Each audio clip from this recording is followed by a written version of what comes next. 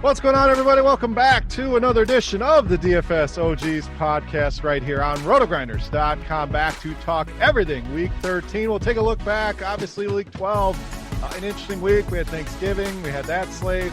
The main slate on Week 12. We'll take a look at our betting picks, see how that went. But we are here to discuss Week 13 with our favorite plays, stacks, and betting picks. Two-man booth this week. Chop will be back with us next week. So just myself and Notorious. Noto, how are things? How was Thanksgiving? How was Week 12? How's everything going, my man?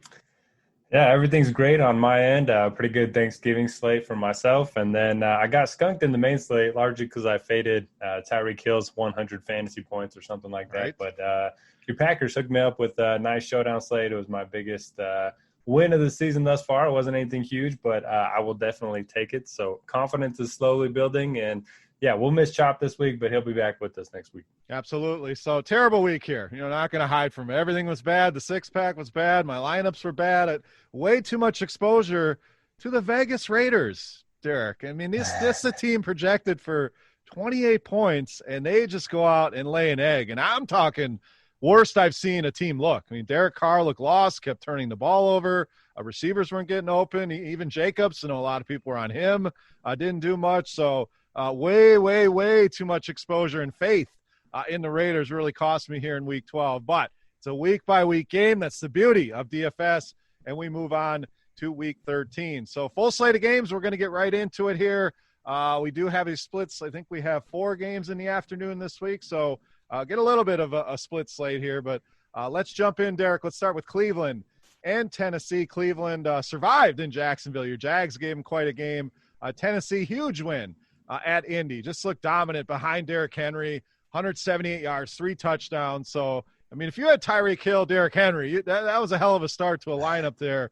Probably over 100 fantasy points between those two. But Cleveland side of things, questions for you. We saw Nick Chubb kind of dominate stats-wise over Kareem Hunt. A $2,300 difference between these two. So the gap continues to grow there. So hit on that here in a good matchup with Tennessee. As far as the Cleveland pass catchers, we saw Jarvis Landry kind of come to life, saw 11 targets in that game. The problem is we know this is a team that wants to run the ball. I mean, nobody else saw more than 3 targets. Austin Hooper found the end zone, but only 2 targets for him. Tennessee side, outside of Henry, kind of what they want to do. We saw A.J. Brown have a long touchdown, but, really not much else going on here. Corey Davis, only 3 targets in that game as they were playing from ahead. So, Cleveland, Tennessee here, big total, 54-point total here. Should be plenty of plays. Who's really standing out for you this week? Yeah, so like you mentioned, the Browns want to run the ball, but they are 5.5-point underdogs on the road, and they're facing a team that's 27th in DVOA against the pass. So I do have some interest in Baker Mayfield, Jarvis Landry. You mentioned the big game from him last week with the big targets. Austin Hooper caught a touchdown, so it was nice to see him get going a little bit. And that was the first game that they've had without OBJ and with decent weather. The other 3 were, incredibly bad wind or a lot of rain. So I like this passing offense quite a bit. I am a little bit worried about Rashard Higgins. He's only had more than 4 targets one time all season. So I'll stick with Landry, Hooper, and Baker. And then in the backfield, Nick Chubb coming off his highest snap share since week 2. So maybe that big price disparity is warranted. He's topped 100 yards in 3 straight games. No issue with the matchup against the Titans. So if I'm choosing one, I will take Chubb over Hunt. And then on the other side, you mentioned it. Every time Derrick Henry's low-owned, you play him. And every time it's after Thanksgiving, you play him. And I didn't play him last week. So definitely hurt my bottom line. But it's a good spot for him once again. Brown's not very good against the run. And they're going to want to run the ball. So I like Derrick Henry. The only concern is that he's now 9,200. So it's kind of going to be a tough decision between him and Dalvin Cook for who you want to pay up for a running back. Slightly leaning towards Dalvin at this point, but that could always change depending on ownership. In the passing game, A.J. Brown, he should be able to eat up this secondary if Denzel Ward's out. If Denzel Ward's active, maybe I'll have a little bit more interest in Corey Davis. Not that Brown can't win that matchup, but, maybe it forces a few more targets toward Davis, who, you've talked up a lot this year. He's having a sneaky good year for the Titans. Yeah, you pull up the box scores and just even watching the game, it looks more like the guy you saw out of college. He was a a world beater in college. So we're finally getting kind of, I've heard a lot of comparisons to him with Devontae Parker, that slow developing a guy that finally breaks out here. So, it's just a matter of, is Tennessee going to need to throw the ball? We know A.J. Brown's going to get his. We know that he doesn't even need volume to get there. But Corey Davis, one of those guys you'd rather him get 8, 9, 10 targets than these 3, 4 target games. And with them as favorites controlling the game, obviously that leads more to Derrick Henry. And I don't mind that passing game, like you mentioned, on the Cleveland side. Again, if they had their druthers, they want to run the ball 100 times. Are they going to be able to do that here as underdogs? Probably not. So speaking of underdogs, Derek, we have Cleveland 5.5-point underdogs, like you mentioned, and that total at 54. As far as the picks go this week, in honor of our boy Chop, we are going to still make picks, but these will not be official against our season total, so we can keep our 3-man competition going. And while we're here, we might as well just cover it. Chop had a good week. I mean, he had a pretty good week. He was, 6-5 last week. So he actually took the lead here over you, Derek. He's charged from behind. You and I really struggled, so it just kind of goes along with the rest of my week. 3-8 for me, 3-8 for you as well. Brings you to 69, 64-1. Chop has surged to 70 wins to take the lead, 70, 62-1, and I'm down to 57, 74-1. The struggles continue. So these, again, we're going to make them. We're going to track them. We're still going to look back next week, but to keep our 3-man competition going, these will not be official. So let's make the picks anyway. Derek, who you got here in this one? Yeah, I'm pulling a Atlanta Falcons impression right now, just jumping out to a huge lead and then blowing it late. So it's not good. I like both offenses in this game, but I also think they're both going to want to run the ball. 54 seems pretty high to me. I'll take the under. Well, if you are the Falcons, I am the Jets. I believe they are 0-10, so there's just been no hope from the beginning. I'm going to continue to tank here and have the number 1 pick next year. I'm going to go with the under in this game. Both teams want to run the ball. I think if Tennessee's able to do that, chew up some clock. I don't know how electric this Cleveland passing offense can be. I do like them, but this total seems a little too high. I'm going to go under 54. All right, moving on. Next game, we got Indy and Houston. Indy, we mentioned, that lost to Tennessee. Houston looked great in that game in Detroit on Thanksgiving. So Indy side, it's really the running backs here. Jonathan Taylor, we'll see if he returns from the COVID-19 list. We saw Nyheim Hines kind of lead the way there. T.Y. Hilton finally finding the end zone. And Michael Pittman, 9 targets in that game. Of course, only turned that into 2 receptions. Houston side, the big news, Will Fuller. Looks like he is done for the season, at least 6 weeks. So what does that do for your interest in Brandon Cooks at 5,600? Kiki Cutie at 3,500. We know Kenny Stills was also let go here this week, so they're kind of thin at pass catcher. So is it Duke Johnson? Is it one of those receivers? Which way you leaning here with these Texans pass catchers? Because even in a tough matchup with Indy, we got to have some interest here. Yeah, I got to queue up all the Kiki Do You Love Me jokes for the week. You're going to hear a lot of them. $3,500, wide receiver 2 in this offense that wants to throw the ball. So it's hard to argue with him. He's going to be popular. I do like Brandon Cooks a little bit more. You're getting more upside, and he's only 5,600. I would have played him, maybe not in this matchup, but at this price point, in most matchups, even with Will Fuller being active. So I like the spot for Cooks. I'll have some shares of Kiki for sure. And then Randall Cobb is still out as well. You mentioned the other injuries to the receivers. So Isaiah Coulter might round out the receiving corps. I don't know a lot about him. And then David Johnson, I think he's eligible to return. I think it's been 3 weeks, but keep an eye on that throughout the week. If he's out, then Duke Johnson's certainly interesting. I know the Colts have a very good defense, but they finally used him the way they were supposed to use him last week on Thanksgiving. They got him the ball in the passing game. They got him the ball with a lot of room to run. So I like him a little bit. And then Stonehands Jordan Akins, dropped 2 touchdowns on Thanksgiving, 2,900. He's at least somewhat interesting. We know the Colts like to keep everything in front of them. So maybe it kind of opens things up for Akins over the middle. On the Colts side, you mentioned it with Jonathan Taylor. If he's back, then that's a situation I want to avoid. He kind of took control of the backfield 2 weeks ago. And then Nyheim Hines, played 65% of the snaps last week with Taylor out. I'll go back to Hines. If Taylor is out, he had 10 carries and 10 targets. He's a guy that Phillip Rivers loves to check the ball down to. So I'll like Hines if Taylor's out, and I'll avoid it if Taylor is active. And that's pretty much it. I don't really want to play anyone in the passing game. I know it's a good matchup against the Texans, but I just don't trust Rivers. Don't know who he's going to throw the ball to.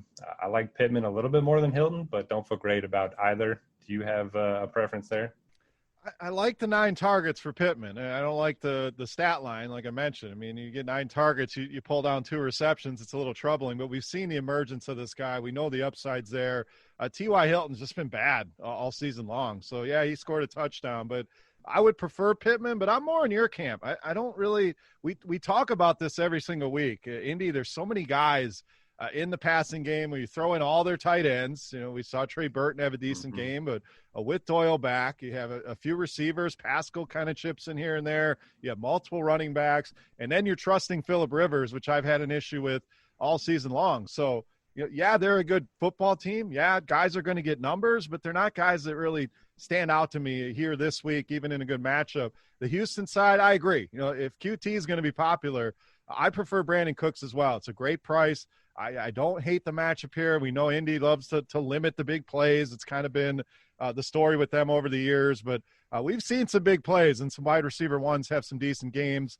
I think the tight ends are interesting here, and then Watson pretty much matchup proof. So if anything, I have a lot of interest in the Houston side, and that leads me to the betting market here. Colts road favorites -3, 51.5. I'm gonna throw my pick in here first. I'm gonna take Houston with the points here. I think they win this game at home. Indy, you've kind of seen some kinks in the armor. The defense maybe isn't as good as we thought. It's still a very good defense, but give me Houston plus the 3 here. What do you got? The line and the total both feel very accurate, but I will also agree with you. I'll take Houston. Don't feel great about it, but we're 2 for 2, so we're going to either have both good weeks or both bad weeks. Well, if it's any indication on my records, man, buddy, you're in trouble here. So let's hope for a turnaround here. Let's move on to the Raiders. I don't want to talk the Raiders, but we're back. Raiders and Jets. I mean, what a terrible game. These two teams scored 9 points combined between the two teams. So the Raiders were just a disaster. I mean, when Hunter Renfrow leading you in targets, that's an issue. So even playing from behind, even in garbage time, they were not able to find the end zone. Josh Jacobs is listed as questionable with an ankle. Sounds like he should be ready to go, but something to keep an eye on. Jets side, again, put up 3 points against Miami, who has been very good defensively. Really nothing of note here. I mean, Perriman and Mims, 8 targets each. I guess the cheap dart throws if you want to go against this Raiders defense. I get it. Frank Gore had 21 touches in that game leading the backfield, but I'm having a hard time, Derek, playing any Jets, even in a good matchup with the Raiders here. The question is, do the Raiders bounce back? Because you got to think all of these guys across the board should be very low owned here in a pretty good matchup with New York. Yeah, if you liked the Raiders last week, it's hard not to like them again this week. They're facing the Jets, who have been, one of the biggest pass funnel defenses this season, 32nd against the pass and 8th against the run. So, I mean, I don't mind go back to Carr and Waller. It seems like they'll be a little bit lower owned than they were last week. Maybe look at Nelson Aguilar as well. He actually had a decent game compared to the rest of the Raiders last week. And then just got to keep an eye on Josh Jacobs. They're saying he has a chance to suit up on a Sunday, even though this isn't a great matchup for the run. If Devontae Booker gets the start, I would certainly have interest in him. They're big favorites. They're probably going to be running the ball a lot late in the game. And he's a pretty good pass catching back as well. For the Jets, you mentioned it. I mean, it's hard to like anyone here. Sam Darnold in his last 3 starts, he's had 3, 7, and 7 fantasy points. So combine the last 3 games, and he's still not paying off his salary. And Frank Gore, yeah, he's getting 20 touches, but I'm not playing that. So pretty much a fade for me. I do like Mims quite a bit as a player, but just don't want to play him in DFS. I'm just having a hard time here. I don't want any of Frank Gore. If he can get 20 touches, I don't care. I'm not paying $4,400 for Frank Gore in a great matchup, by the way. Vegas pretty bad against the run. I begrudgingly go back to Vegas, I guess. I mean, you got to have interest here. I'm going to keep an eye on that ownership, but we know Waller's going to get targets. Aguilar, it looked good in that game. Like you said, it was about the only bright spot. And, when it's 5 for 50, whatever he had, that's your bright spot. That's a problem. But I do see going back to some exposure here for the Raiders. All right, we have Vegas 7.5-point road favorites here, Derek, 47 on the total. It feels gross, but I'll take the Raiders. The Jets point differential this season, negative 170. So they're losing by an average of like 15 points a game. I'll take the Raiders. Hopefully they bounce back. I'm going under 47. When you combine for 9 points in a week between the two of you, even if you bounce back, even if we add 30-some points to that, we're still under that total. So 47 seemed a little too high. I do think Vegas can score some points. They probably cover that spread. I just don't see where the points come from the Jets. I'll go under 47. Moving on. Next game should be a good one. Saints and Falcons. Saints, small road favorites here. Coming off that win at Denver, which really tough to take much away from that one. I mean, they had a practice squad receiver for Denver playing quarterback. You know the story by now. All the quarterbacks were out for the Broncos. So let's start it with them. You know, the question is, Alvin Kamara is down to 7,000. You know, I tried to play him last week. That didn't work. He's just not getting the targets that we normally see. Only 2 targets last week. Michael Thomas also down to 7,000, but he only had 6 targets last week.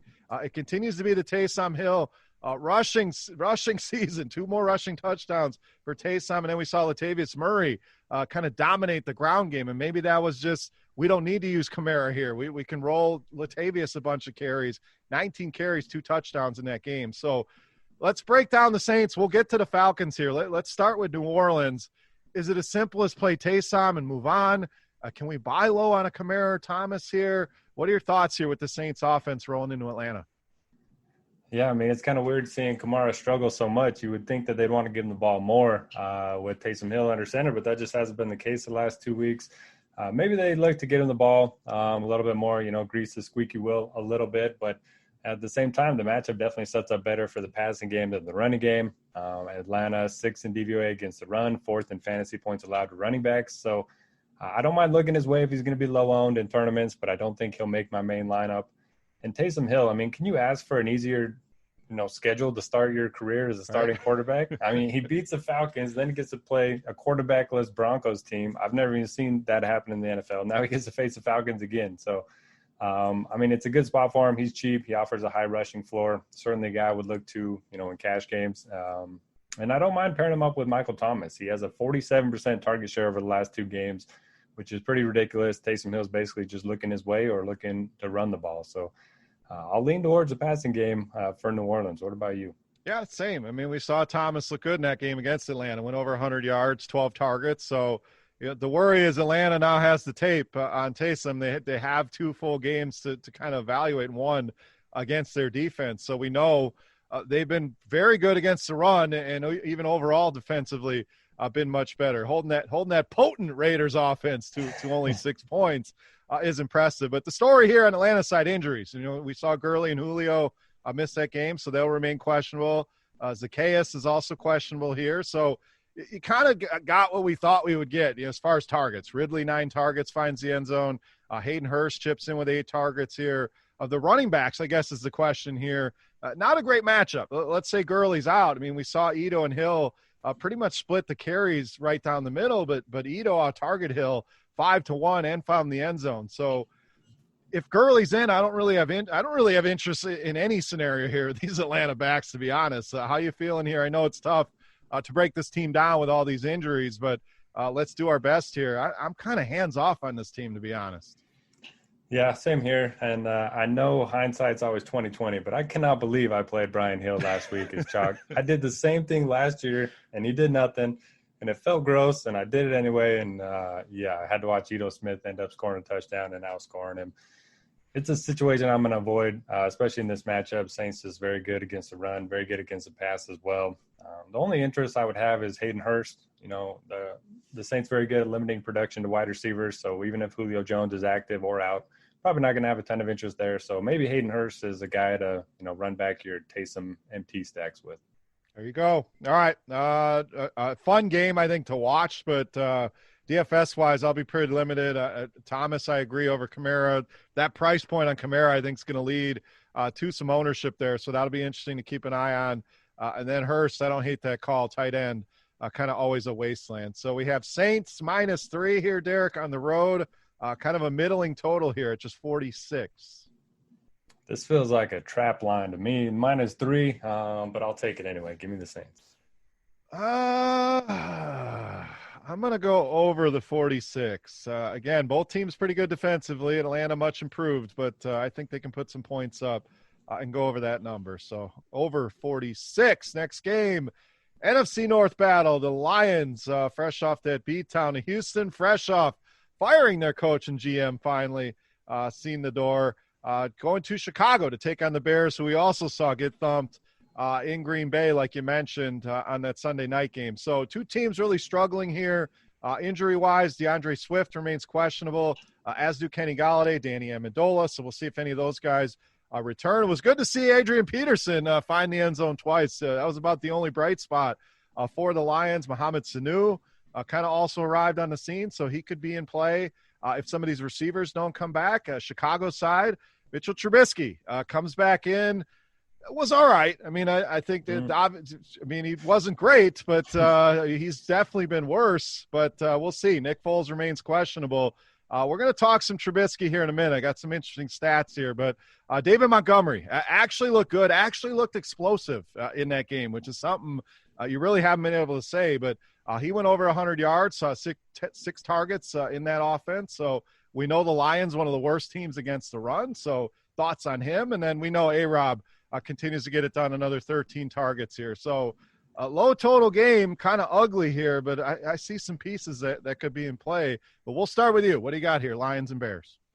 Yeah, I'll start. Bears fans, I understand your pain. As a Jaguars fan, we haven't had a quarterback for years. I can't imagine what it's like to be a Packers fan, going from Brett Favre to Aaron Rodgers. It's been tough, buddy. It's been my whole life we'd have franchise quarterbacks. So, yeah, a little spoiled, that's all. Yeah, I mean, I feel even worse for Allen Robinson. I mean, this guy just can't have a good quarterback to save his life. But he did lead the NFL in targets last year with Trubisky under center, and he did see 13 targets last week with Trubisky under center. So I like the spot for Robinson quite a bit. The Lions secondary, pretty terrible. Also think David Montgomery is interesting. He's one of the few running backs that you can count on for 80+% of the snaps. And he's been pretty good in the passing game as well. So I like both of them. And if you like them and Trubisky starts, and I think he's interesting. If it's Foles, I'll have less interest in the passing attack and probably just play Montgomery. But, yeah, I like the Bears quite a bit. The Lions just seem to be giving up, and they fired their coach, like you mentioned. It's such a tough spot on the road, divisional opponent. Bears have a good defense. So a full fade for me on Detroit. Yeah, same. I mean, Marvin Jones, 12 targets, Hawkinson, 8 targets. I mean, there's some guys that definitely stepped up, but you look at the stat line and it seems like, let's talk Hawkinson for a minute. It's almost like he's got like a max, like you can only get this many fantasy points and then you have to stop collecting fantasy points. I mean, the dude is a great floor play. Like you're talking cash games, like he gets you there every single week, but there is never an upside in tournaments. So, I'm with you. Even if DeAndre Swift comes back, 6,500 on the road in Chicago just does not feel like a good spot. Peterson, a cheap price, but I don't want to play him coming off the 2-touchdown game against Chicago. So my interest lies with the Bears. You know, it's kind of scary because it feels like I went nuts on the Raiders last week. Now I'm liking the Bears here, but you mentioned we'll start with Montgomery. Look good, like we talked about. Robinson getting those targets. My stat though. Mitchell Trubisky owns the Detroit Lions, and new coach. It's been a few years, and some people don't like going back that far. But last 4 games against the Lions, 12 touchdown passes, only 1 interception, 3 touchdowns in every single one of those games. We've seen this guy have some massive games at home over his career, some tournament winning performances. So I love this pairing of Trubisky with Allen Robinson on teams I don't go that route. I do like David Montgomery in this matchup. I am way too excited about the Bears here. So sounds like you're on board, so it makes me feel a little bit better. So betting market-wise, Bears are -3, 44 on the total. I'll just lock in my pick here. I don't like the Lions. I like the Bears here at home. I'll take the Bears -3. What do you got? Yeah, give me the Bears -3 as well. We're building quite a parlay card here to start. And, yeah, you mentioned Hawkinson having a limited upside. It reminds me of Danilo Gallinari. He could have like 30 fantasy points in the first half and then finish with 33. Kind of the same thing as Hawkinson. Yeah, it's crazy. Like he'll get off to such a good start. You're like, all right, this is the week he's going to hit 20-something, and nope, he just stopped. So, yeah, that Gallo's a good comp for him. NBA season not too far away now. We're into December, so looking forward to that. We'll try to mix in some NBA talk as we move along. But this week we're going to stick with the football, move on to the next game in Derek's Jacksonville Jags traveling to Minnesota. So I mentioned it. Jacksonville put up a fight with Cleveland, came up a little bit short there.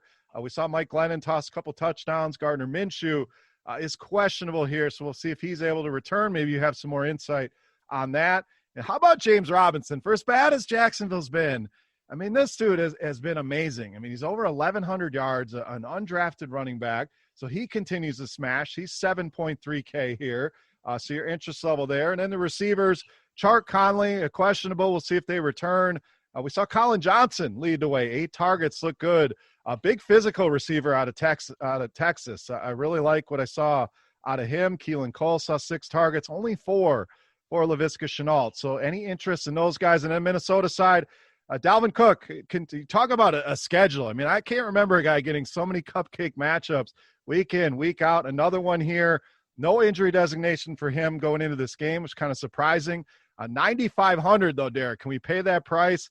And kudos to DraftKings. They kind of were keeping an eye on this. Alexander Madison is 6,900 if there were a situation where Cook was not able to go. Other injuries, Adam Thielen expected back in this game.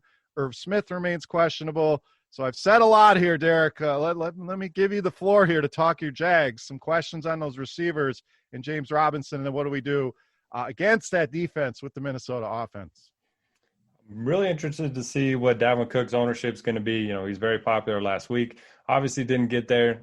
Had some run bad. I mean, the Panthers scored touchdowns on 2 straight plays on the defensive side of the ball. So they kind of had to air it out late in that second half. He didn't end up getting the touchdowns, and then he got hurt for a little bit. So I think it's a good spot to go back to him. I mean, Jaguars are just signing guys off the street. So especially in their secondary. So you can play Jefferson, you can play Thielen. Sounds like he's going to be back. And that's pretty much where the Vikings offense is going to come from is Cook, Jefferson, and Thielen, and they have one of the highest implied totals on the board. So I like all 3 of them. I would probably make a rule in lineup HQ to include at least one of those 3 in pretty much every lineup because you got to think at least one of them is going to go off, if not 2 of them. And then on the Jaguars side, just got to wait and see on the injuries to Chark and Conley. If they're out again, I like Keelan Cole, racked up a ton of air yards last week. You mentioned some of the other guys there with Shenault struggling a little bit and Johnson having the big game. Certainly don't mind them, but I think Keelan Cole is going to be my guy in the passing game. And James Robinson, he's just awesome. He's one of those guys that he's going to grind out a couple extra yards every time he touches the ball. He got tackled like the 2-yard line there late in the game and then pushed the whole pile into the end zone. Love guys like that. In his last 5 games, 22 carries and 4 targets per game. So he's just getting a massive workload. So even if it's Glennon or Minshew, I think go right back to Robinson until he slows down. Yeah, and generally we don't want our running backs as 9.5-point road underdogs, but he's performed in these situations. It really doesn't matter. I mean, there tend to be underdogs every single week, and this guy continues to put up numbers and just gets so much work in that offense. So I don't mind the 7,300 there. One more name on the Minnesota side. If Irv Smith is out again, Kyle Rudolph did see 8 targets. I know they were playing from behind, some catch-up mode, but we always look for those cheap tight end plays. I don't hate that play this week against Jacksonville. All right, what do you think? Vikings minus 9.5, like I mentioned, a big total here at 52. Give me the over. I think a lot of points are going to get scored. I'd say over as well. So I'm not gaining any ground on you here, but that was one I really liked here. 2 defenses that have struggled. I do think there'll be points, so over 52 for me as well. All right, last game in the early window. Cincinnati, talk about a disaster. We'll get to them in a second. Traveling to Miami. No major injuries on the Cincinnati side outside of the guys we already know, Joe Burrow, Joe Mixon out for the season. Miami, Tua expected back here, so we'll keep an eye on that one. Then it's the running back situation we got to watch. Gaskin, Ahmad, will they return? We kind of saw DeAndre Washington over Matt Breida last week. So that another situation, tough to break down. Good matchup here, but we don't really know who the running back's going to be. Whoever it is, I have interest because they give one guy the majority of the work. So I'll be keeping an eye on that. Cincinnati, again, it's just gross. So the prices are really what I want to try to get you in here, Derek. Any interest in Tyler Boyd down to 4,700, T. Higgins 4,600, and AJ Green, how the mighty have fallen, even cheaper this week at 3,100. What do you think? Oh, man, it's hard to trust anyone on Cincinnati right now. The best way to beat the Dolphins is on the ground, and Giovanni Bernard's not the type of back that you're going to give 20 carries to. So if you're targeting anyone in the passing game, it'd probably be Tyler Boyd for me. They got Byron Jones and Xavier Howard on the outside. Two good, outside cornerbacks. So if they're going to get anything going, maybe it's Tyler Boyd over the middle, but I don't think I'm going to click any of their names. I know the price points are enticing, but just play the Dolphins defense, make your job a little bit easier. On the Dolphins side, if Tua's back, then I'm not going to have a ton of interest in their offense as a whole. Maybe like you mentioned, the starting running back, if it's Ahmed, if it's Gaskin, then I'll have a little bit of interest. And then if Tua's out, then I'll go right back to Fitzpatrick and Devontae Parker. I think they're certainly an interesting combo. Parker will have a tough matchup against William Jackson. He's like the one Bengals defensive player that's actually pretty decent. So maybe it opens up for some of the other guys in this passing attack. But, yeah, I don't know. I just don't feel great about this game as a whole outside of Miami's defense. That's where I'm at. Give me the Miami running back paired with the Miami defense, and I'm done. I'm not running it back on the Cincinnati side. So I couldn't entice you with those prices. I am definitely not. I agree. It's probably Boyd if I'm going anywhere, but it would be more of a run back with anything on Miami, and I don't even know how thrilled I am to do that. So Cincinnati going to stay away. Just that AJ Green price just continues to baffle me. It's just amazing how far this guy has fallen. It's kind of sad to see. It was great, one of the best receivers of this generation, but Father Time undefeated, so he's definitely winning that battle. How about a betting pick here? Miami, big favorites at -11 at home, total at 42. Is it possible to break my bet up into two different scenarios here? You do whatever you want here, man. That's the beauty of having our own podcast. We make the rules. All right. If Fitz starts, I'll take the Dolphins -11. If Tua starts, I will take the under. And then I also wanted to just talk about Tua a little bit. I kind of thought they were playing up the injury just so they could get Fitz some starts and, kind of coast into the playoffs that way. But what are they doing? Why not just play Fitz the rest of the year?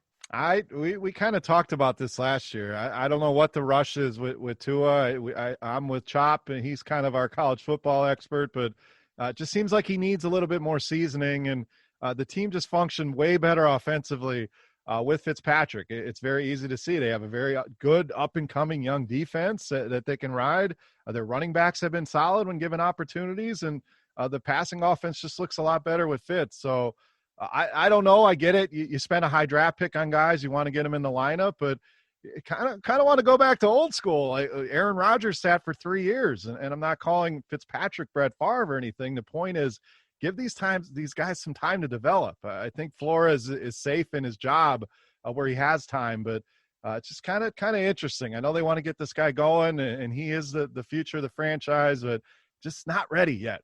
Let him sit and watch some more, but we'll see. Seems like they want to make it work here. So I think he'll be back in that lineup. As far as my pick, I know it's 42, but I'm going to go under. It feels like one of those games Miami wins just like last week, 20-3 or 23-6, something like that. So should cover that big 11-point spread, but I'll just go with the under 42. All right, let's move on to the afternoon slate. We got 4 games left here on the DFS OGs pod. Thank you guys, as always, for tuning in. All right, we got Giants in Seattle to start here, Derek. Seattle, obviously big favorites here at home.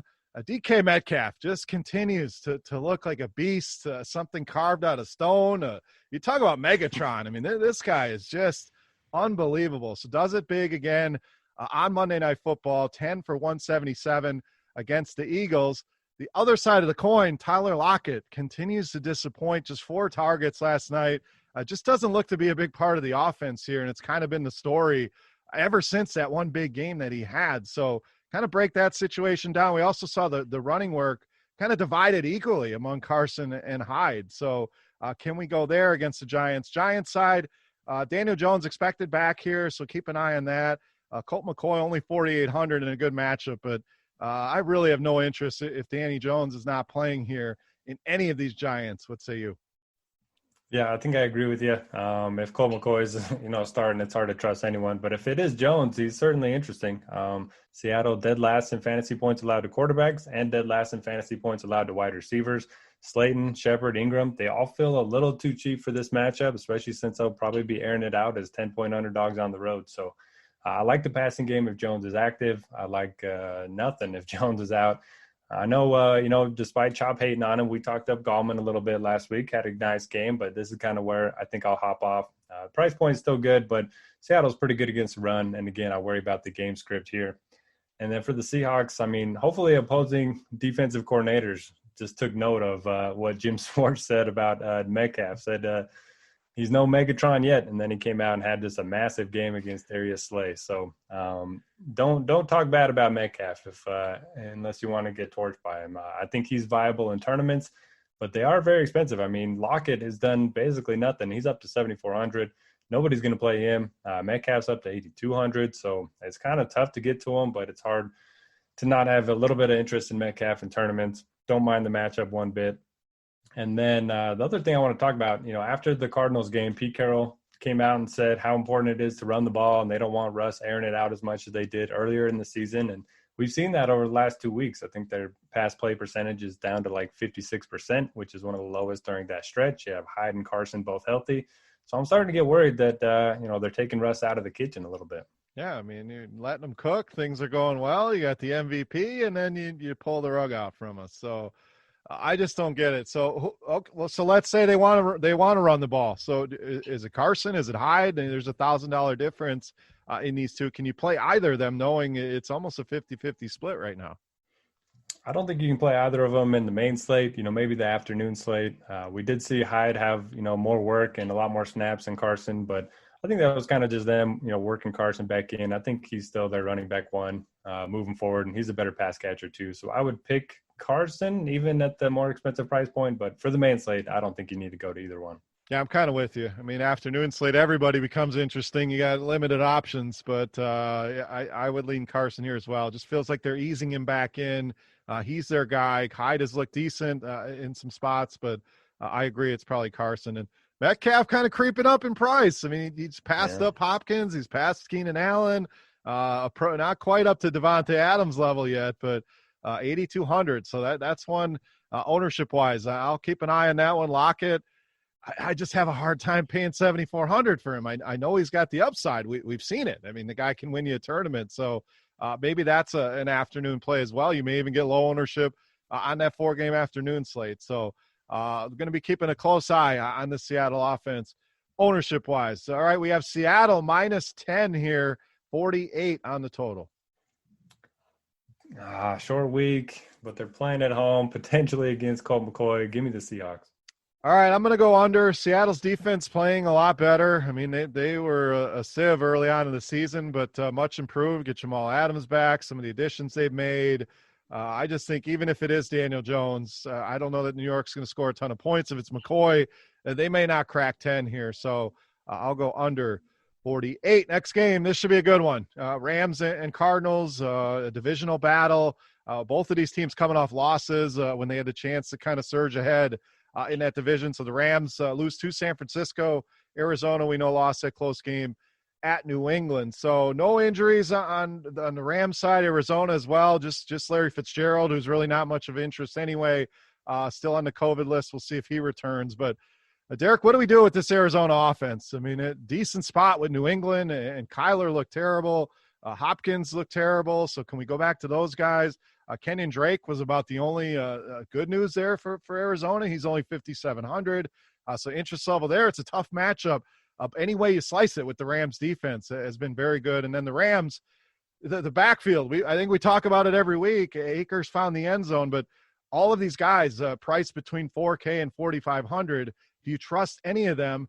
The other question, the Rams receivers. We saw Robert Woods really dominate the targets last week, out targeting Cooper Kupp 12-5. So a lot to break down here. Does Arizona bounce back? And then who do you trust on the Rams side?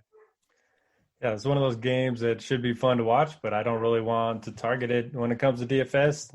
As far as the Rams backfield, anytime the coaching staff talks up somebody, that guy is not going to get the ball the next week. I mean, we saw with Malcolm Brown after week 1, Darrell Henderson after, it was like week 8 or something, and then Cam Akers last week, looks the best, but you just never know. They're going to ride the hot hand, and I just don't trust any of them. I do like the price points on Cooper Kupp and Robert Woods. Those are the two guys that are going to get the most targets, so if you want to look at them, I don't mind them, but I don't trust Jared Goff on the road. And Arizona's defense isn't terrible. And for the Cardinals, yeah, I don't know if it was, Bill Belichick's game plan against Kyler or if his shoulder injury was bugging him, but that was by far his worst game of the season. Don't really trust the backfield. I know Drake had the big game last week, but I don't really want to trust it. Hopkins is going to square off against Ramsey. So just so many question marks in this game as a whole that I don't really love anyone. Yeah, to me, it's the Rams receivers. They're priced right, 6,100 for Kupp, 5,900 for Woods. We've seen them get very creative and getting the ball in Robert Woods' hands. So that's about where my interest level is. I do think Kyler can bounce back a little bit, but 7,600, cheaper than we paid last week. But tough spot here. These teams know each other so well. So pretty much Rams receivers are bust for me here in this one. All right, we got Rams -3. On the road, 48.5 is that total. I'm going to go with the under here in this one. It just, again, when these teams know each other, it's their first matchup this season, I'm pretty sure, but it just feels a little bit too high on that total. So I'll go under 48.5. What do you got? I'll take the home underdog. The way things are shaping up in the standings, Arizona probably needs to win this game to have a shot at the playoffs. So I'll take Arizona. All right, 2 games left. Next one up, Philly and Green Bay. Another big favorite here, as expected, for the Packers coming off that trouncing of the Bears. Philly, we saw on Monday night, kind of struggle offensively with Seattle. So, Derek, we saw a little bit of Jalen Hurts. I know there was talk. He's taking first-team reps. Everybody's getting excited. And we saw another game of Carson Wentz looking like garbage. So, break that situation down. Do you think they would ever make that move? Seems like they're committed to Wentz here, so it would kind of surprise me if they went to Hurts in more of a full-time role. Now, I could see him being more involved, maybe give him a series, maybe give him more than, I think he had 3 snaps last night, but really not much going on for Philly. I mean, Miles Sanders did not look great.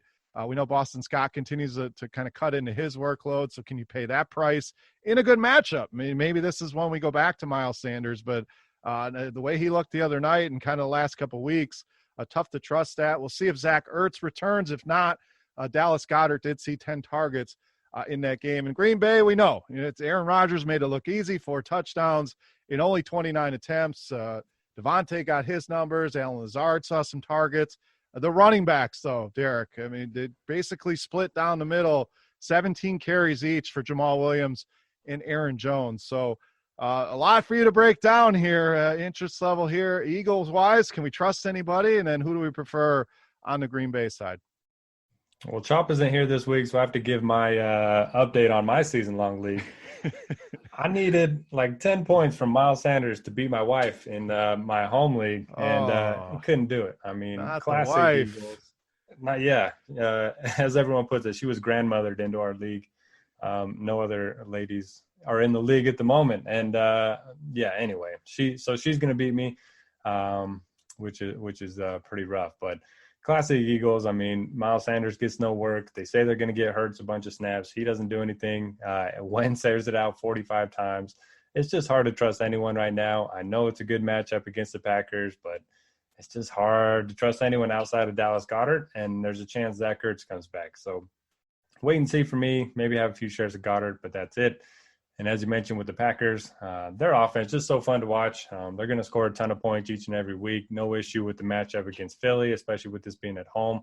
Hopefully Darius Slay will scare off some ownership of Devontae Adams because he's a great play each and every week. And then Jones has been productive all season. He's only had 3 rushing touchdowns, so maybe he runs into one of those 3-touchdown games and breaks the slate. I think ownership's going to go down a little bit. We saw Jamal Williams kind of have the bigger game of the 2 last week in the primetime game. So maybe this is a good spot to buy low on Jones. Did you catch the end of that game? Did you watch the whole Philly-Seattle game? I was watching most. I think I might have. Yeah, the Hail Mary. Yeah, I was reading a story on a guy who it basically came to – the spread was 6.5. So Philadelphia ends up scoring at the end. They're down 8. And for some reason they go for 2. And I know analytically it probably makes sense, go for 2 there. But it literally cost this guy $500,000. I mean, if they just kicked the extra point, there was only like 12 seconds left. So but they go for 2. They get it.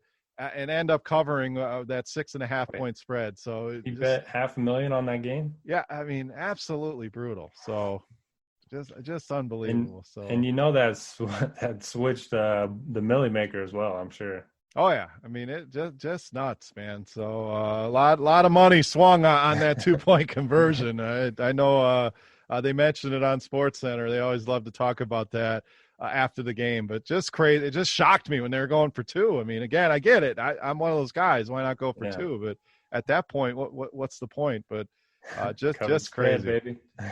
Just crazy. A lot of money changing hands there. All right, let's wrap this baby up. New England and the Chargers, our last game here on the main slate. New England got it done against Arizona. It was pretty ugly. I mean, really not much of anything. Cam did not have a good game. James White, 2 rushing touchdowns was about the highlight there. Chargers side, we saw the return of Austin Eckler, Derek, and what a return. I mean, 30 touches for Austin Eckler, 16 targets in the passing game, 14 carries. So he's 7,100 here. Keenan Allen did his thing, 10 targets once again. So to me, the Chargers are the side we're going to want more here. Where do you come out on Eckler, Keenan Allen, the rest of this offense, and where do we possibly go here with this New England offense? Yeah, kind of crazy. Cam Newton, 84 yards and 2 interceptions, and the Patriots won last week. Just hard to trust him right now. He had a lot of rushing upside earlier in the year, but just seems to have kind of a limited ceiling at this point. I do like Damian Harris, season high 64% of the snaps last week. Pretty good matchup. Chargers 31st in DVOA against the run. And then James White, my friend, he sent me his DraftKings team, and I had James White over Brian Hill, and I was like, good luck with that. And just ran like the sun. He had 5 carries and 2 touchdowns. James White, of all people, gets 2 rushing touchdowns. But, I just thought that was kind of funny. And then on the Chargers, the Patriots, look, their DVOA numbers are bad. 30th in DVOA against the pass, 20th in DVOA against the run, but they just haven't given up a ton of fantasy production. They play at a slow pace. They like to run the ball, and they're just not giving up a ton of fantasy points. They're in the top half of the league in fantasy points allowed to all positions on the field. So I don't mind looking to Eckler. Ridiculous 30 opportunities last week in his first game back. He had 16 targets. Don't mind going to Keenan Allen. He leads the NFL in targets. But I don't think I'm going to look to stack this game. I think that might be a popular build, just the way salaries are shaping up. You think so? I mean, yeah. Maybe I not. mean, we got a lot of these middling total. I mean, I look at the total; it's 47. It's kind of compares with all the other totals. I mean, we had that big one with Cleveland and Tennessee at 54, but a lot of these 46, 45s. I mean, a lot of middling totals. So maybe you're right, but I do have a lot of interest in this Chargers offense. If Belichick takes out their best player, well, who is he going to go with here? So I have a lot of interest in Herbert to Keenan, and if not, I'll go with Eckler in lineups. I don't go with the passing game, or stack them a 3-way. We know Eckler is involved in the passing game a lot, so really like this Chargers offense here. Spread-wise, we have Chargers minus 147 on the total. Chargers always find a way, but I'm still going to lay the 1 here. I think they win this game at home. So give me the Chargers. What do you got here to finish this out? I'm going to take the under. I don't feel great about it, though. All right, that'll do it for Week 12. So as we always do towards the end, favorite stack, favorite play, anything jump off the page for you, and then any final thoughts here before we wrap it up here for Week 12. It's amazing. We do this every week, and I forget about it every single week. Never fails. My favorite stack, do you have one in mind?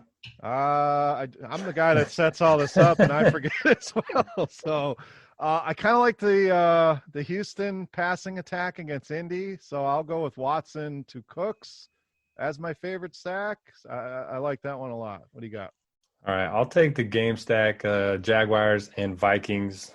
Pretty easy to stack that one up. Both the running backs in good spots with James Robinson, Dalvin Cook, and then if Jags receivers are out, I like Keelan Cole. And on the other side, you can obviously play Thielen and or Jefferson. There you go. So that'll do it for Week 12. Any final thoughts outside of that, buddy?